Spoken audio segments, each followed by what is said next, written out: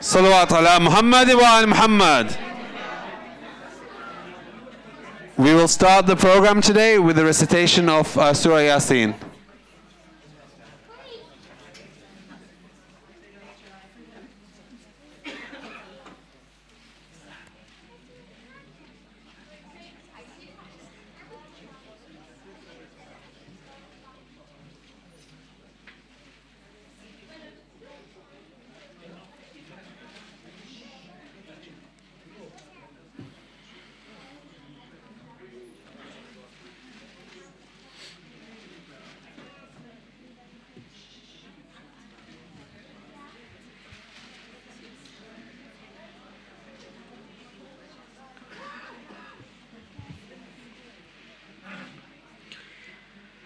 أعوذ بالله من الشيطان الرجيم.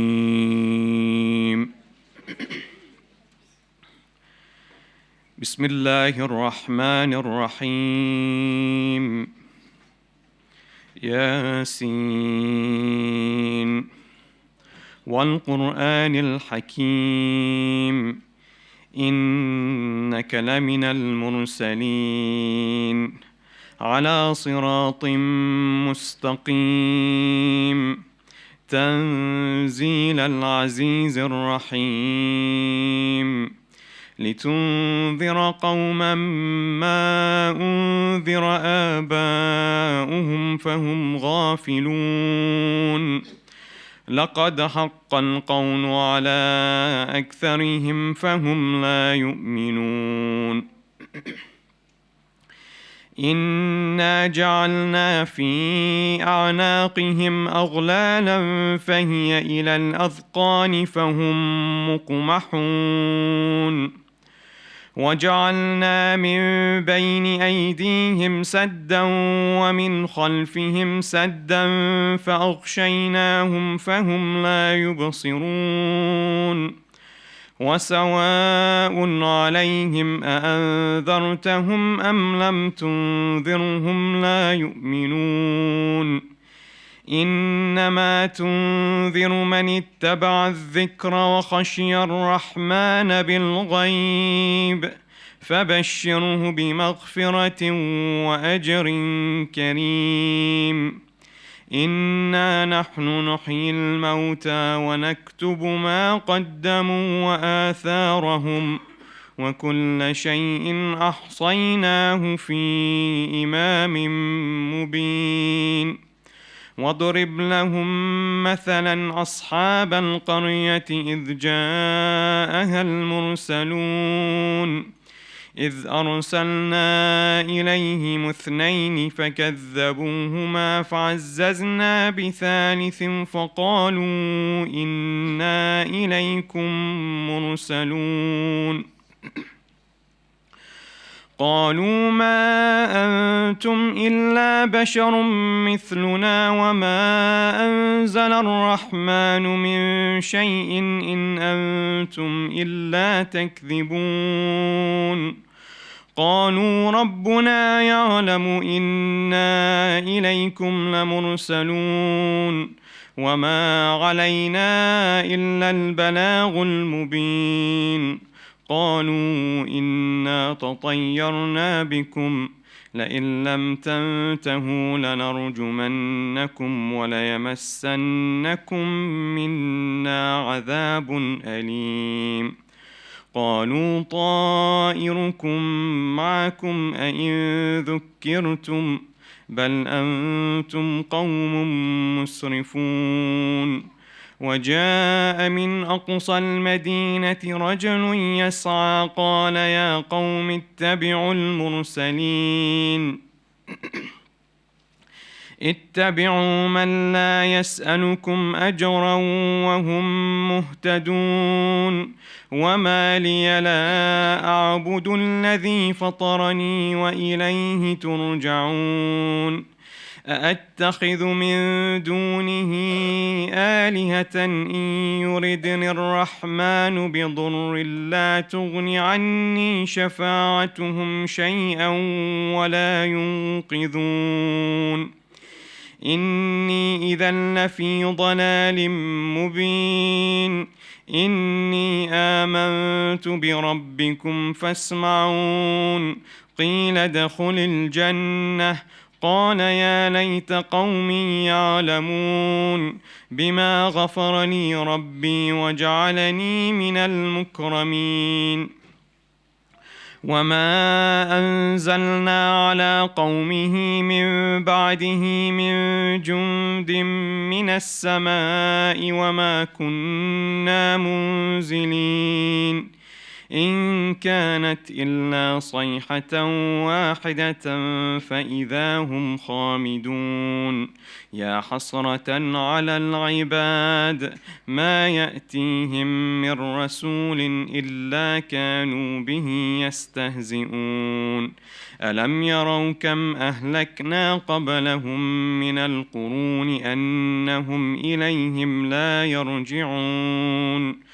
وإن كل لما جميع لدينا محضرون وآية لهم الأرض الميتة أحييناها وأخرجنا منها حبا فمنه يأكلون وجعلنا فيها جنات من نخيل وأعناب وفجرنا فيها من العيون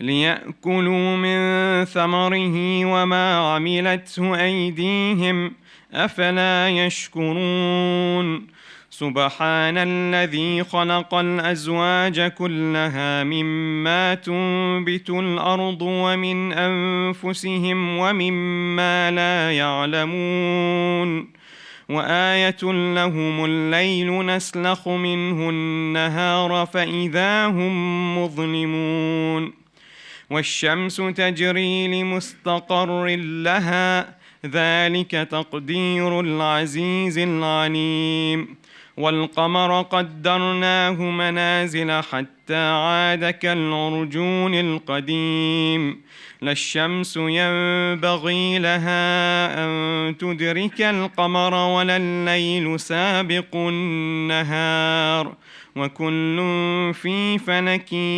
يسبحون وآية لهم أنا حملنا ذريتهم في الفلك المشحون وخلقنا لهم من مثله ما يركبون وإن نشأ نغرقهم فلا صريخ لهم ولا هم ينقذون إلا رحمة منا ومتاعا إلى حين وإذا قيل لهم اتقوا ما بين أيديكم وما خلفكم لعلكم ترحمون وما تأتيهم من آية من آيات ربهم إلا كانوا عنها معرضين وإذا قيل لهم أنفقوا مما رزقكم الله قال الذين كفروا للذين آمنوا أنطعم من لو يشاء الله أطعمه إن أنتم إلا في ضلال مبين ويقولون متى هذا الوعد إن كنتم صادقين ما ينظرون إلا صيحة واحدة تأخذهم وهم يخصمون فلا يستطيعون توصية ولا إلى أهلهم يرجعون ونفخ في الصور فإذا هم من الأجداث إلى ربهم ينسلون قالوا يا ويلنا من بعثنا من مرقدنا هذا ما وعد الرحمن وصدق المرسلون إن كانت إلا صيحة واحدة فإذا هم جميع لدينا محضرون فاليوم لا تظلم نفس شيئا ولا تجزون إلا ما كنتم تعملون إن أصحاب الجنة اليوم في شغل فاكحون هم وأزواجهم في ظلال على الأرائك متكئون لهم فيها فاكهة ولهم ما يدعون سلام قولا من رب رحيم وامتازوا اليوم أيها المجرمون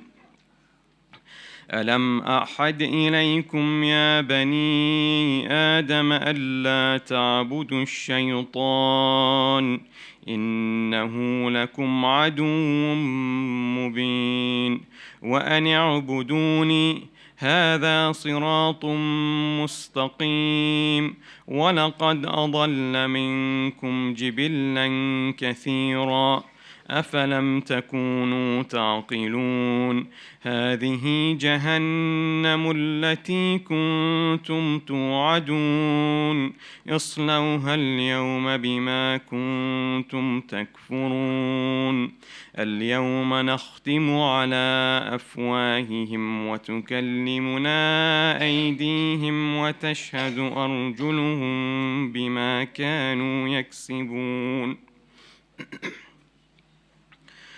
ولو نشاء لطمسنا على أعينهم فاستبقوا الصراط فأنى يبصرون ولو نشاء لمسخناهم على مكانتهم فما استطاعوا مضيا ولا يرجعون ومن نعمره ننكسه في الخلق أفلا يعقلون وما علمناه الشعر وما ينبغي له إن هو إلا ذكر وقرآن مبين لينذر من كان حيا ويحق القول على الكافرين أولم يروا أنا خلقنا لهم مما عملت أيدينا أنعاما فهم لها مالكون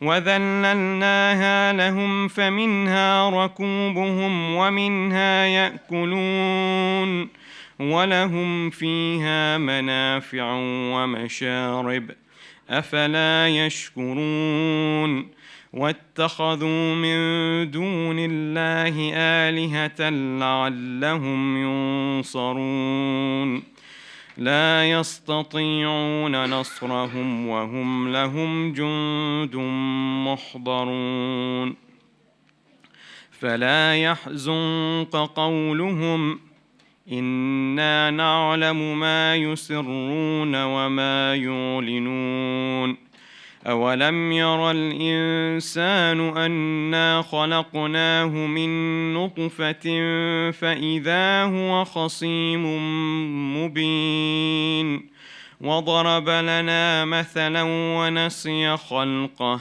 قال من يحيي العظام وهي رميم قل يحييها الذي أنشأها أول مرة وهو بكل خلق عليم الذي جعل لكم من الشجر الأخضر نارا فإذا أنتم منه توقدون أوليس الذي خلق السماوات والأرض بقادر على أن يخلق مثلهم بلى وهو الخلاق العليم إنما أمره إذا أراد شيئا أن يقول له كن فيكون فسبحان الذي بيده ملكوت كل شيء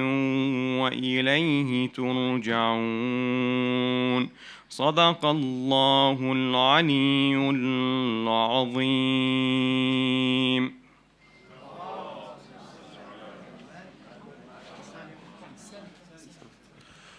Please can we recite Surah Fatiha for Marhuma Kanizbai R. Jaffer and Sıdıka R. Jaffer. Surah Fatiha.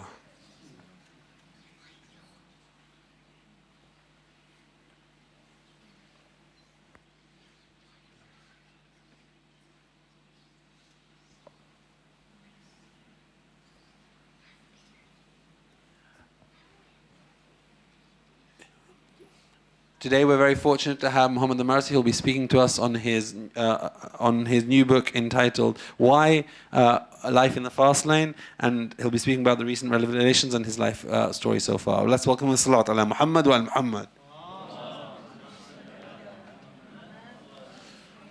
Mohamed Amersi is the founder and chairman of the Amersi Foundation, which has made contributions across a range of issues, including multi-faith and youth programs to the arts and heritage, and the poverty reduction. He holds a number of chairmanship and advisory roles in the charity sector, and he's recently published this book, which he'll be talking about today. Salawat ala Muhammad wa ala Muhammad. Bismillahirrahmanirrahim. Assalamu alaikum. Firstly, I would like to extend my deep gratitude to the Salam Center for giving me the possibility tonight to come and speak to you about my book. What prompted me to write this book, where the book stands today, lessons that I and others can learn from this book, and hopefully that will make all of us better people living in this country and progressing in whatever we end up having to do and doing. So I guess I would like to divide this up into maybe 3 or 4 parts. I leave it to you if any of you feel that while I'm speaking you have a burning question to ask, feel free to interrupt. I have no issues with this. I know that at the end of it we will have a Q&A session for about half an hour or so. Everything that we say is absolutely on record. I'm fine with it being recorded. The only part that I will ask, and that's why I suggested we confine that towards the end, is my views on the Middle East and what the Trump presidency holds in store for all of us in the Middle East. I had the privilege of attending the inauguration of Donald Trump in Washington this week, and after that I was in Davos and had some interesting meetings with people who are going to help shape the new Middle East order. So I'll be very happy to share those views with you privately, but I do not want those to be made public because some of the discussions are private. I come from Mombasa. Those of you that may not know Mombasa, it's the second largest town in Kenya. It's the port city of Kenya, where I was born and raised. And we had a wonderful childhood. I have absolutely no complaints about any of that at all. And in writing this book, firstly, the book is about me, largely. I have had no ghostwriter write it for me. I've written it all myself. The whole project took about 15 to 17 months to do. And I speak with a very, I hope, honest voice. I'm not speaking to any particular audience. I'm not here to impress anyone. I'm not here to complain. I'm not here to explain. I'm not here to defend. I'm speaking with, I hope, with honesty, with integrity, and with absolute frankness and transparency. I'm not sugarcoating this for any particular reason or need. It is my story, but I don't want to talk about it all about my story. It is my story weaved inside why this country is on a downward spiral. Why is it broken? What can be done to fix it? And my story is just one small symptom of why this country is, I think, really scoring own goals day after day after day. And there is no leadership here that today is in a position to reverse this downward trend and to make what we were, which is Great Britain. But before that, so it was a great upbringing. I went to school in Mombasa when I was 16. I guess we had the choice of deciding whether to continue schooling in Kenya. And for that, the choices were to go to Lanana High School or Alliance High School in Nairobi. They were the Eton and Harrow of Kenya, or to come here to London. I should also say that I'm absolutely eternally grateful to my late grandparents and to my late mother and my father, who's still with us, because they are the ones who said that at any cost we need to make sure that all our kids would be educated at the highest levels possible. And for them, and for those of you here who have lost loved ones, can I ask that we recite Fatiha, please?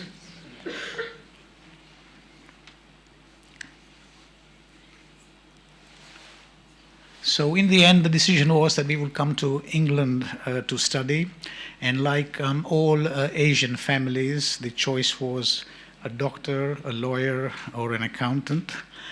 In my case, I followed my cousin Nizar, who was quite an inspiration to me. And I said, well, let me try my hand at medicine.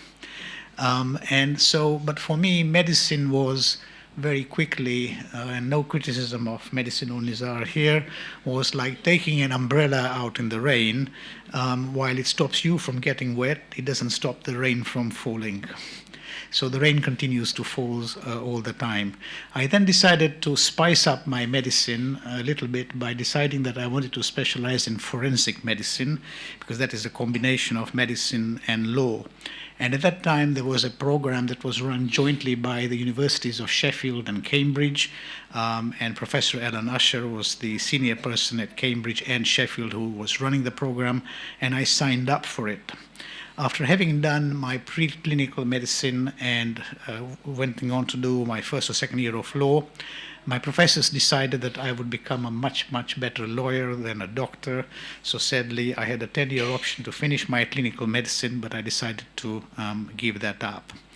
So I went into practicing law. I was a barrister in Chambers. My early life was at One Brick Court, which at that time was probably the best chambers for barristers in London. It was headed by a chap called Robert Alexander QC at that time. And he then went on to become the chairman of NatWest and one of the leading silks at the London Bar. My pupil master was no other than Jonathan Sumption, who some of you that follow legal cases may know that he was by far the best legal mind that the country has produced in the last 2-3 decades. He very quickly went on from being a barrister to being a judge, appeal court judge, and a senior judge in the, as it then was, the House of Lords. It is the Supreme Court now. I guess I was restless to some degree because I wasn't comfortable at not being able to meet clients, because in England at that time the legal profession was broken up between solicitors and barristers, and it was only solicitors who could see clients. It was solicitors who saw 95% of the cases, and only when something became litigious or needed specialist advice, that's when it came to the bar. The bar was a very esoteric place. We got briefed by solicitors, the briefs arrived in pink ribbons, your clerk negotiated the fee on your behalf as to what should be the fee that this work should be charged at, and you had no choice. There were very, very few females at the bar at the time, and most of the clerks were male. It was a very male-driven society. In my chambers, we were lucky because we had a couple of high-powered or high-flying female silks. Hilary Heilbronn was one, but I learned a lot from that experience. Sidney Kentridge was a leading South African lawyer, and he was also part of my pupil master as well. He represented a lot of the black South Africans when apartheid came down, so the experience I got from him was brilliant. Also, the chambers specialized at that time on what we used to call the law of the European economic communities. It was so wonderful to feel part of a larger group. The European Union as it now is, it was the European Economic Community then. There were 8 members and we joined and we made a big, big difference. But the law then had to change significantly because EU law started to come into our lives in every which way possible. So I did all of that and then decided that because the bar was quite claustrophobic that I'd rather be a solicitor, so I changed and requalified as a solicitor. And luckily I got a place at what was then Coward Chance, I lived through the merger between Coward Chance and Clifford Turner, and then the merger between Clifford Chance and a US law firm that created the behemoth that Clifford Chance is now. I would rank them as probably the finest transaction lawyers that I have ever come across. At Clifford Chance, at that time I thought I had picked the short straw, but in fact I was lucky, and luck has been, I would say, quite significant in my life, that I was advised to or requested to go or pushed to go to the Middle East to run all our Middle East operations that were in Saudi Arabia, in the UAE, as well as in Bahrain. And so I came there, and one of the key decisions that I got supported by was my wife Anar, who's here with us today. Anar has been dragged by me to the Middle East. She's been dragged by me to Switzerland. She's had to give up her contact with her family, her brothers, but she has been an enormous fountain of support all along my journey. I believe nobody can do this unless they have a second person in their life who is totally supportive of them. And I really applaud her for allowing me to live my dream, because I have largely lived my dream until now. So luckily in the Middle East, lawyers from Western law firms were highly regarded, and we got thrown into the deep end. So one of my very first big pieces of work was for Prince Walid bin Talal, the Saudi prince who, as you know, bought significant stakes in Citibank and then Euro Disney, the Four Seasons hotel chain, the Fairmont hotel chain, and I was really lucky to be his legal advisor. The other big piece of work that I got involved in doing was for the private equity fund, the Carlyle Group. I actually helped found the Carlyle Group in Washington, and their senior partners were very, very dear friends of mine. And just to give you an example, when one of their founding partners, David Rubenstein, used to visit Saudi Arabia and after that Europe, I would accompany him. He did not even have money in his pocket to pay for a taxi at that time. I helped pay for cabs. Today, they're worth, each of them, $2 billion plus, based out in Washington. So it just showed that if you were in the right place at the right time and you knew how to manage relationships, then the sky really was the limit for you. The experience that I gained with the Carlyle Group was also phenomenal in many ways, because some of their senior people visited Saudi Arabia and the UK and Switzerland and had the ability to host people like George Bush, James Baker. I was involved in the interview process for Colin Powell when he was deciding whether to join Carlyle or not. So at a very young age, I got exposed to all of this people and situations.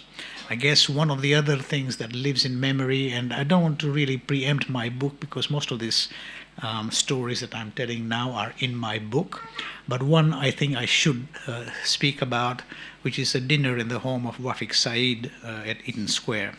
So the Carlyle Group was visiting the UK at that time, and they asked me to organize a dinner for them, and so we organized a dinner at Wafiq's house. I knew Wafiq because his wife and our administrator of one of our law offices were very close friends from school, so he agreed to host. The key person at this dinner was Margaret Thatcher and Dennis Thatcher. And we were all in black tie, ready to be seated for dinner, and suddenly Dennis Thatcher is on the floor. And you know how the English are, they don't like to create a fuss about anything, they take everything in their stride. And so suddenly we were all trying to ignore the fact that he was not behind his chair, he was on the ground. And Maggie then couldn't help herself and said, "Oh, what are you doing, Dennis?" And he said, "Well, I'm trying to find my dentures." His dentures had fallen out and he was trying to look for them on the ground. So he found them, put them in his mouth. Obviously, going to the wash basin is out of question. And normality returned at the dinner table.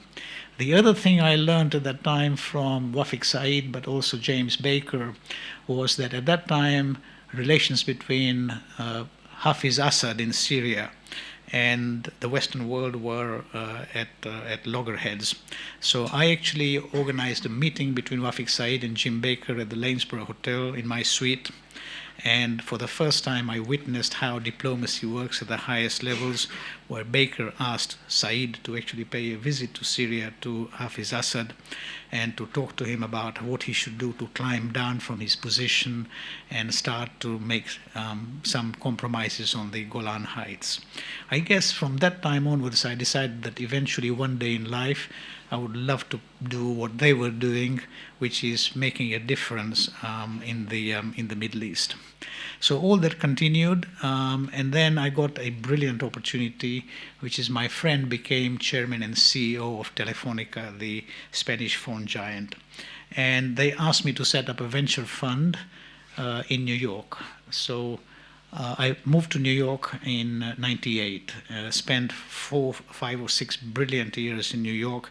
This was at the time when the internet had just come on stream, the dot-com boom had started. We were valuing businesses based on eyeballs, no other matrix for valuation, no DCFs, no multiples, no nothing, simply eyeballs. So more people visited the website, it meant more valuable it was. Float it in 6 months and make a fortune.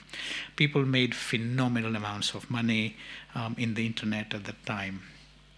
Telecoms became very important all over the world because they were a medium from which people, especially in the developing world, could actually learn through the information highway of what was happening to their colleagues, to the rest of the world. So the idea was to provide telephony absolutely everywhere to everyone at possibly the lowest cost that one could do. I played a big part in privatizations of telecom businesses. My expertise was mainly with Telefonica in South America. So we bought the operations of Telebras in Brazil, in Chile, in Peru, in Argentina. We avoided Venezuela even at that time, but most of the other markets were fair game. And Telefonica became the dominant operator in South America.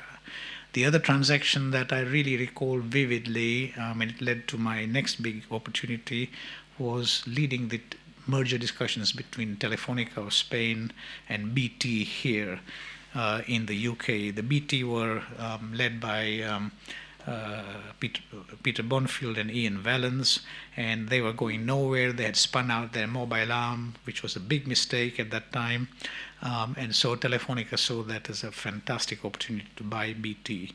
So I led the Telefonica merger discussions. BT was advised by Rothschild, and it probably was a hallmark transaction which should have gone anywhere. But the lesson you learn from that is, in the end, it didn't go, not because the strategic rationale wasn't there. Every rationale ticked the box: financial, commercial, strategic, but it was the people issues that at the end aborted the deal, because the English would not accept that a Spaniard could be the chairman and CEO combined of a group. So they wanted to have either the chairmanship or the CEO, and the Spaniards was not prepared to accommodate that. So Telefonica in the end left the discussions and called it off.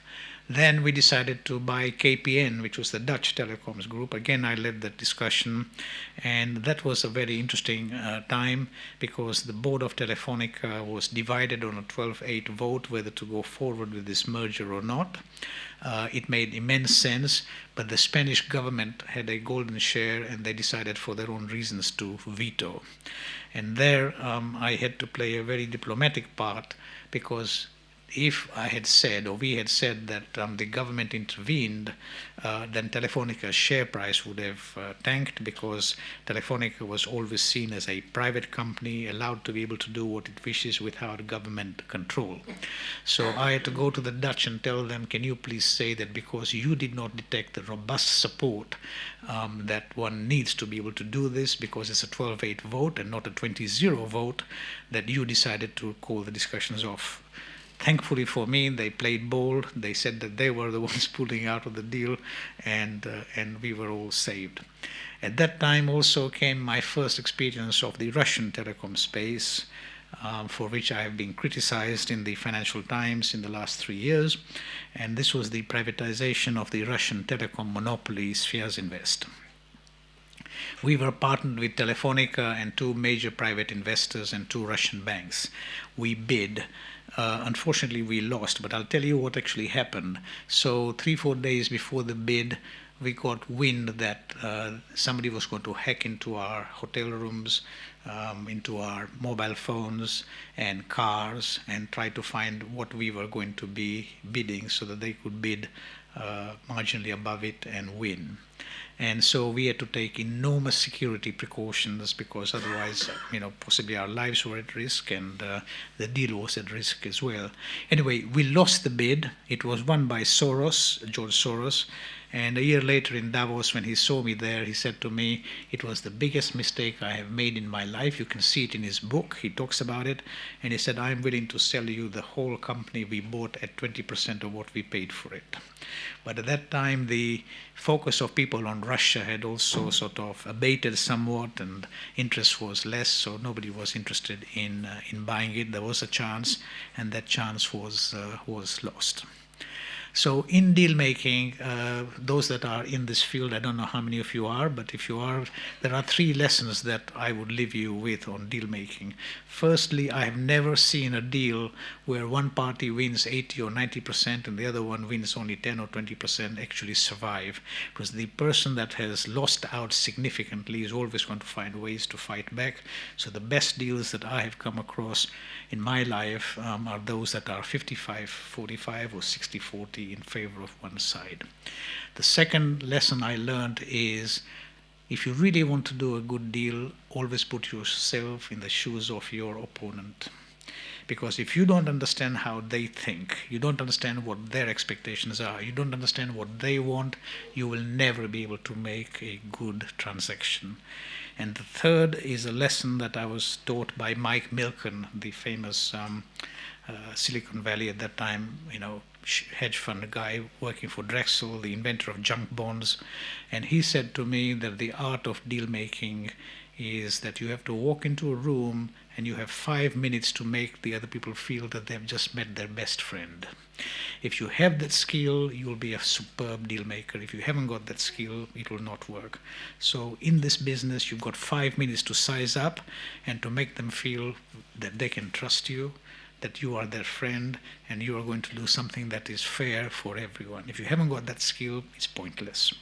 The other skill you learn is that never hire investment banks, because they are in this business only to make a quick fee and get out. They do not have to live with the consequences of what happens. So hire an investment bank that is prepared to work as if they were principals rather than as M&A advisors.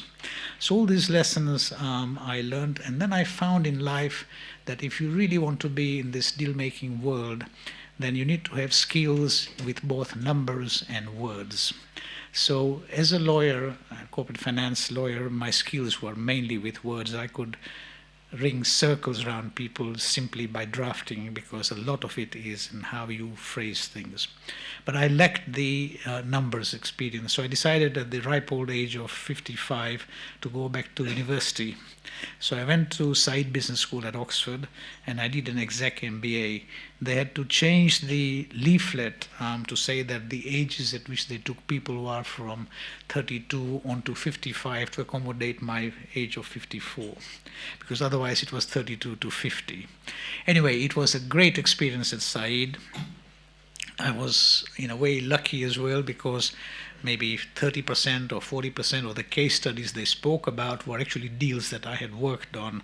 So for the class and for the professors, it was superb to be able to hear from somebody who had first-hand involvement in these transactions as to what actually happened, how they were played out, and all that. In the end, I was lucky to walk away with 3 of their 6 prizes, including a distinction. And after that, they said, would I like to join the board of the business school? So I joined the board of the Said Business School for 6 years. In all of this, when Wafiq Said found out that I'd gone to his school to study, he was very angry. He said, why didn't you tell me that you were going to my school? I would have helped you. And I said, I didn't want any help from anyone. I wanted to do it of my own steam.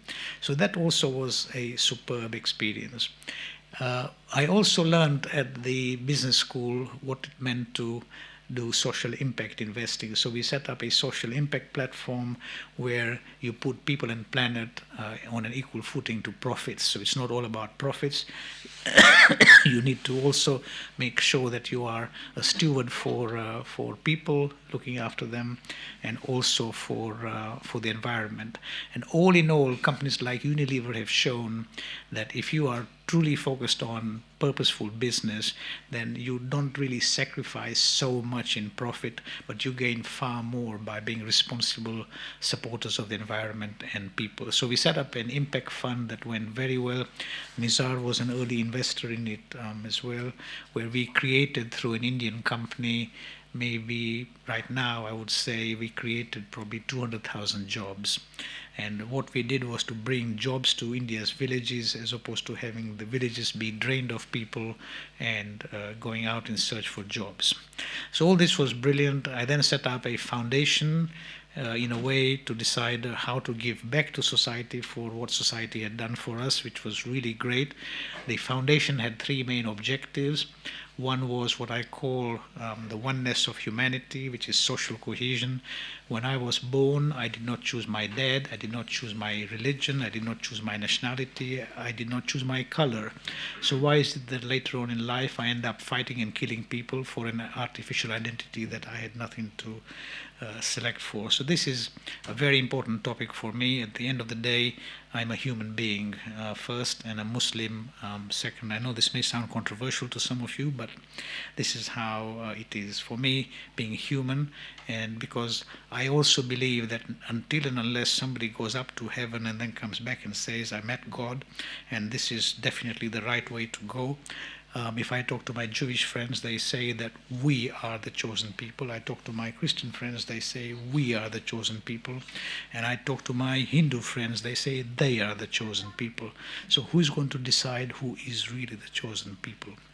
It's best to ensure that we all respect each other, we all follow what we want to follow, but we do not use that as an excuse to get into unnecessary fights.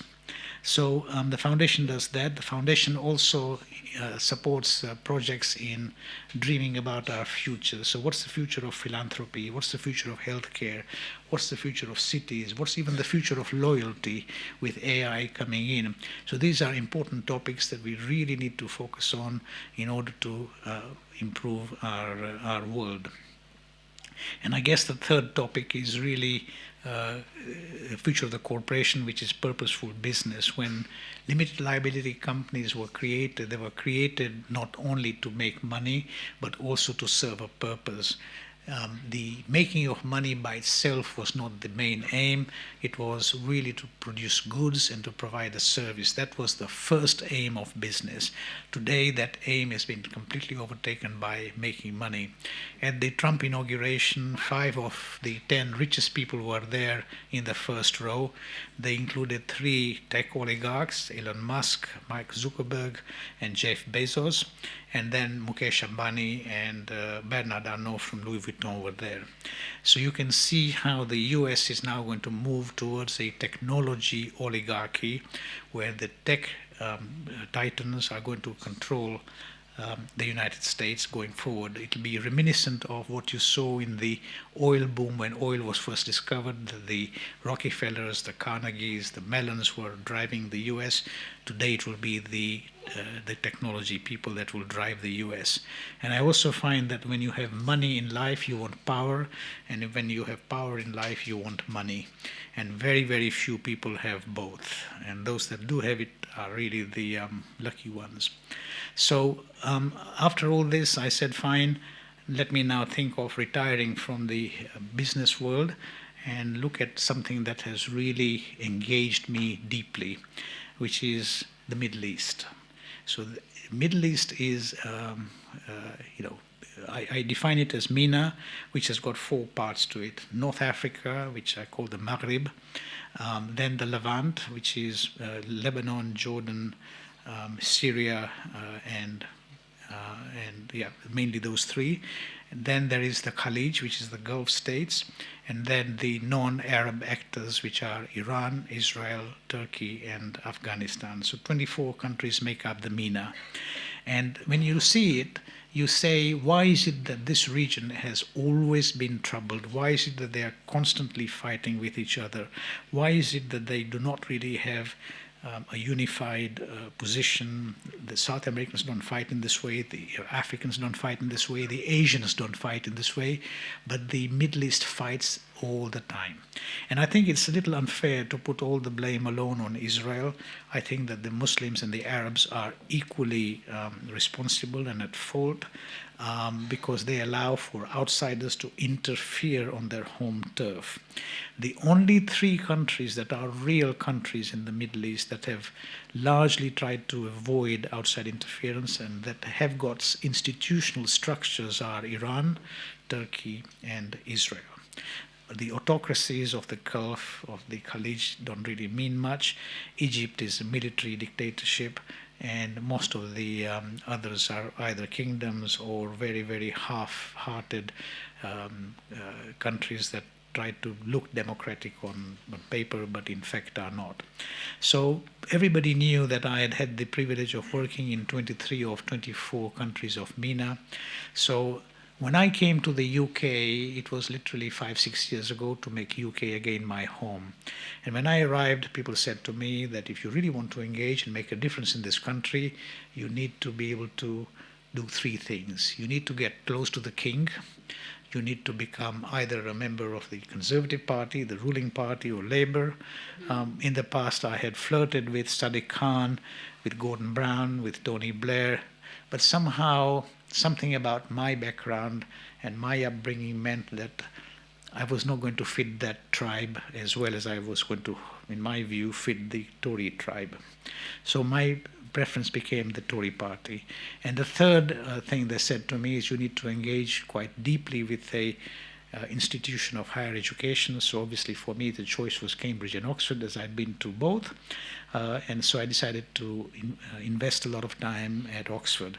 I'm a fellow of Brasenose College, and they look after me well, and I look after them well, and it's a good relationship. So I did all these three things, hoping that I would be ticking the right box.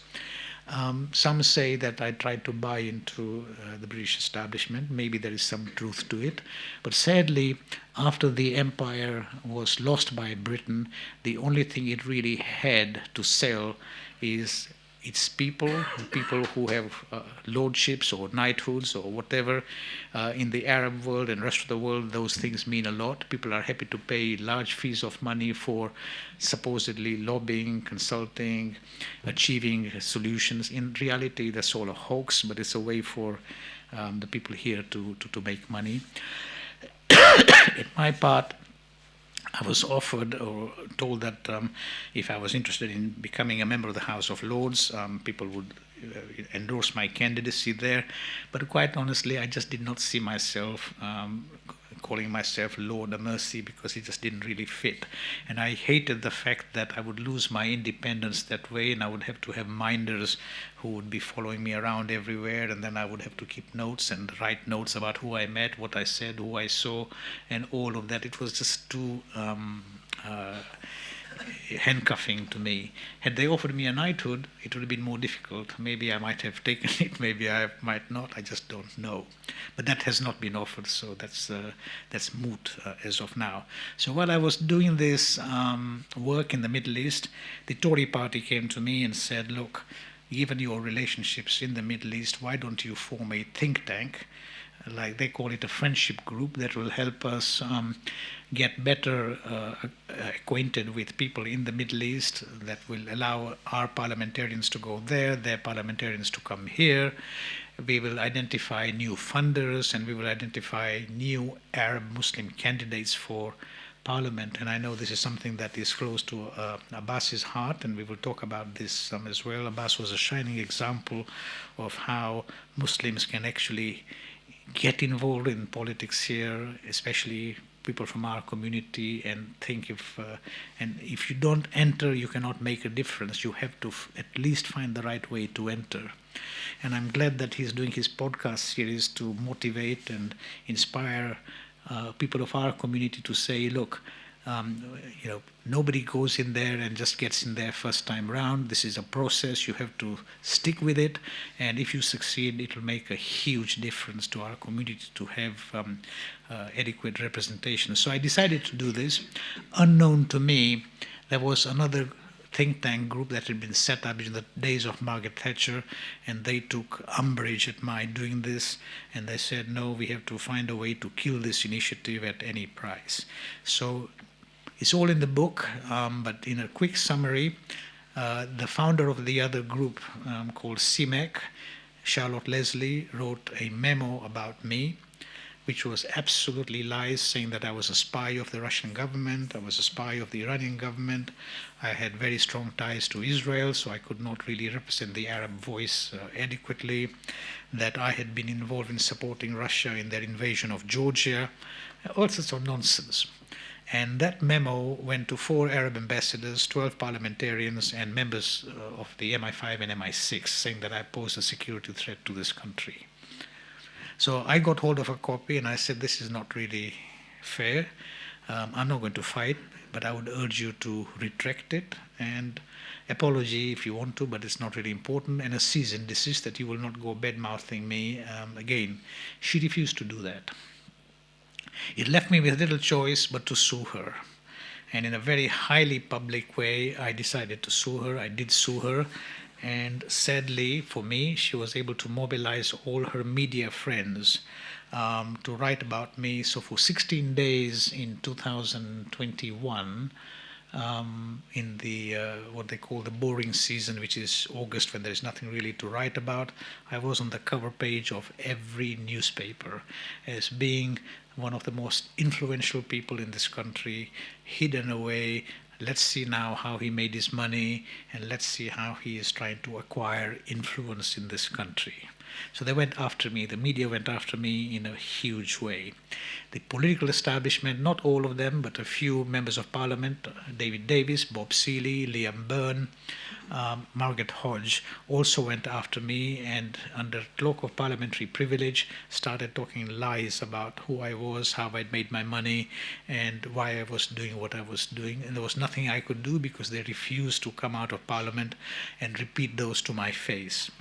I asked all of them, I challenged them, and nobody took up the challenge. So in the end, I lost the case with Charlotte Leslie, but it's very interesting. And as I said, I will not spend too much time defending or complaining or explaining, but the judge decided, even before the main trial, that I was more likely to lose than win at the main trial.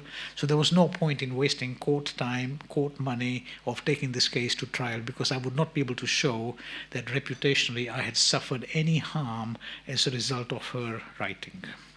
Now, this is before cross-examining any witnesses, before even listening to my testimony of the harm that I suffered with the press and with what had been said in Parliament. He took it upon himself to issue a judgment. I call it an art of reverse engineering, when you decide that you want to achieve a result, and then you see how you package all the arguments to support that result. Appeal was denied. And so it was very clear that this is the establishment sending me a message that don't fight us, you're not going to win, this is our country in the end after all. And it was a wake-up call for me, because I thought I ticked all the right boxes, going to the right school, meeting the right people, giving the right amounts of money, currying favors with the right people, that I had arrived. But when you look at it, the establishment is really a series of concentric circles. And if you think you are on the outer circle, that you've arrived, well, no, there are inner circles and inner circles and inner circles. And to get right to the inner circle, you need to be an absolute conformist. In my view, Rishi Sunak was an absolute conformist. You give him a paper to sign, and without question he will sign it. He will not fight, he will not argue. Unfortunately, my DNA is such that I have an independent streak in me, and I'm not going to be able to sign papers or conform to anything. And so I realized that this was not going to work out. After that, the BBC ran a panorama program on me, And it said that I was in the Pandora Papers. Even until now, 2 years later, they have not been able to find one piece of evidence. After we have checked, we have pushed them to say, give us where in the Pandora Papers Mohamed Amersi's name appeared. They can't find it. There's nothing there. They then said, the fact that I had made money in Uzbekistan in ways which were less than savory. So I said, fine, show me where it is. I worked 3 weeks on the Uzbek deal. I got paid $500,000 in fees, which was absolutely peanuts for somebody with my skills. I had no dealings with the bribes or anything like that. Get us the proof. So this litigation continues, so I will not be able to talk much about it. The BBC have filed their defense. There are 2 defenses to libel. One is Section 4, which is a public interest defense, and Section 4, public interest defense, and Section 2, truth. On public interest, they had to say that what they said about me was in the public interest, but more importantly, they've got to establish that they had reasonable belief that what they were saying was actually in the public interest. And I think ultimately, if this does go to trial, the BBC will lose on Section 4. Section 2 is about truth, so they say that what they said about me was true. So far, they've not adduced a single piece of evidence that can support this. And just to let you know, if this was to go to trial, it would be a year from now, and the fees that my side would charge me and the BBC's lawyers would charge them in aggregate would be £10 million. So libel in this country is hugely expensive now, and it's about time that government looks at changing the libel laws and ways of litigating in libel, because you saw that Harry settled his case 2 days ago, and his costs were alone £10 million.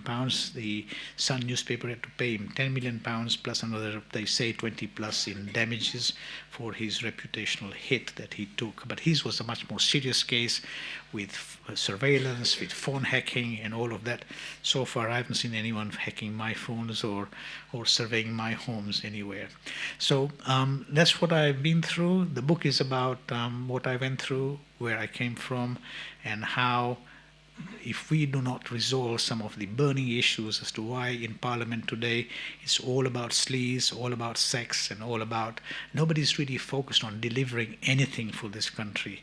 There is no leadership. And so how does one change this in a way that we go back to our mojo? We've been scoring own goals. Brexit is an own goal, and we still haven't recovered from it. We will never recover from it.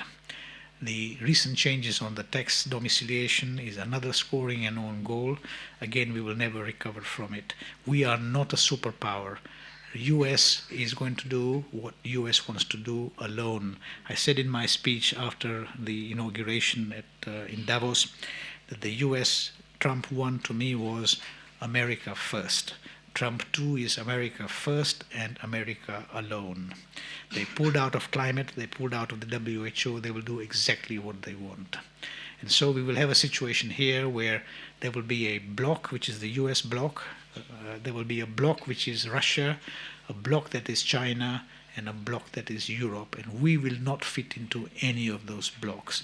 So if we are not careful, in the next decade or so, we will be a marginalized, middle-ranking power that is trying to box above its weight, but it is not possible for us to do. We really have to find our home and do something about it. Mikdad, I think I've spoken more than I should, so I'll stop here, okay? Thank you very much. Salat ala Muhammad wa ala Muhammad.